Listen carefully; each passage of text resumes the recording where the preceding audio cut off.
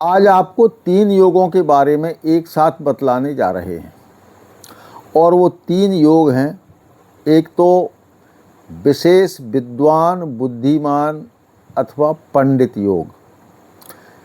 इसका कुंडली में वर्णन आता है, यदि राहु, केतु और शनि के साथ गुरु, बुध और शुक्र से यदि देखा जाता है, इनसे दृष्टि है, इनकी दृष्टि बुध के ऊपर यदि, गुरु के ऊपर यदि पड़ती है, तो ऐसा व्यक्ति अत्यंत बुद्धिमान और किसी भी निम्न कुल में भी जन्म लेने के बाद वो विशेष विद्वान होता है, विशेष जानकार होता है। ऐसा व्यक्ति शास्त्रज्ञ, नीतिज्ञ, धर्मज्ञ और बातचीत करने में, लोगों से मंत्रणा देने में अति विद्वान और चतुर होता है। इसके लिए धर्मशास्त्रों का ज्ञान अपने आप प्रकट होता है, बिना पढ़े ही ये अपने शास्त्रों का ज्ञाता हो जाता है और इसका जो निर्णय होता है, इसकी बौद्धिक क्षमता होती है, वो अत्यंत ही प्रखर और तीव्र कहलाती है, जिसके कारण जो भी इससे राय लेता है उस व्यक्ति के लिए विशेष लाभ होता है। अब इसी के विपरीत में एक योग है, यदि चंद्रमा मेष राशि में स्थित हो या जिसकी मेष राशि हो, कुंडली में मेष राशि में चंद्रमा स्थित हो और अगर शनि की इस पर दृष्टि पड़ती है, तो ये अर्थ की दृष्टि से अत्यंत ही बेकार योग कहलाता है। अर्थात इसके लिए भिक्षुक योग भी हम कह सकते हैं।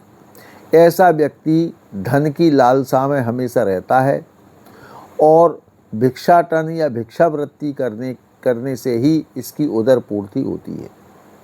यदि किसी भी जातक की कुंडली में इस टाइप का योग अगर बना हुआ है, तो ऐसे जातकों से हमारा निवेदन है, कृपया अपनी कुंडली को दिखवा लें और जब शनि की महादशा अंतर्दशा हो, उस वक्त तो शनि का जापदान करवा दें और चंद्र की जब दशा, महादशा, अंतर्दशा आती है, उस वक्त चंद्र का जापदान करवाना ये आपके लिए विशेष लाभदायक होगा, क्योंकि इस नित्य लुब्ध और भिक्षुक योग का ये तोड़ है, ये काट है उसकी।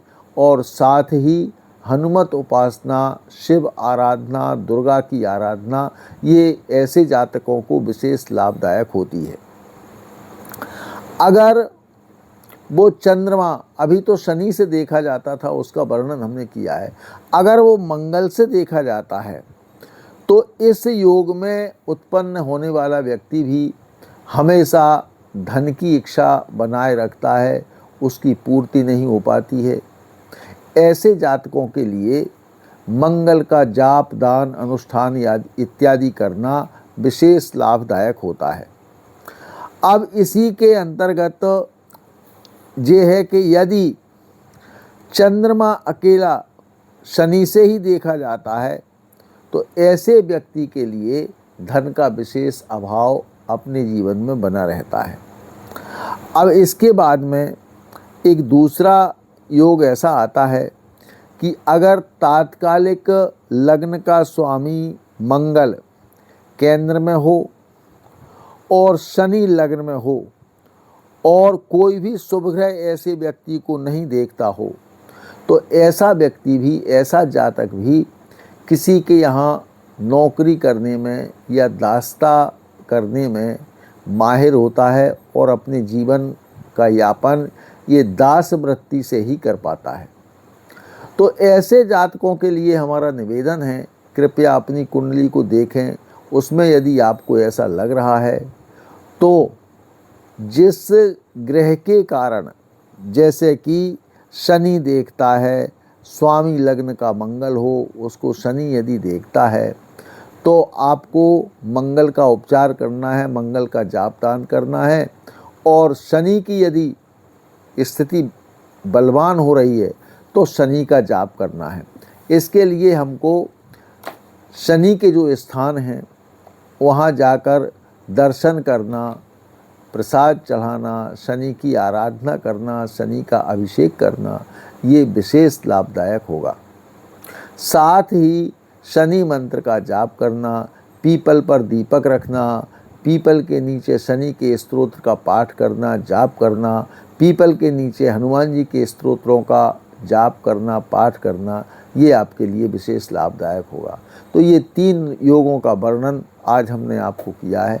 अपनी कुंडली को दिखवा लें किसी भी अच्छे ज्योतिषी से, अच्छे पंडित से, और उसका उपचार यथासमय यथासंभव करेंगे तो आपके लिए लाभ की प्राप्ति हो जाएगी और विशेष नुकसान होने से आप बच सकते हैं। मुझे आशा है आप मेरी इस वीडियो को देखकर अपनी कुंडली को दिखवाएं और इनके दुष्प्रभाव से बचने के लिए यथासंभव प्रयास करें, उपचार करें, ऐसी मेरी आप लोगों से कामना है, इच्छा है। क्योंकि इस स्थिति में यदि कोई अच्छा व्यक्ति, अच्छा ज्योतिषी आपकी कुंडली को देख लेगा तो वो आपको इस होने वाले नुकसान से बचा लेगा, आप बच जाएंगे और अपने जीवन यापन करने में आपको सुगमता हो जाएगी। धन्यवाद।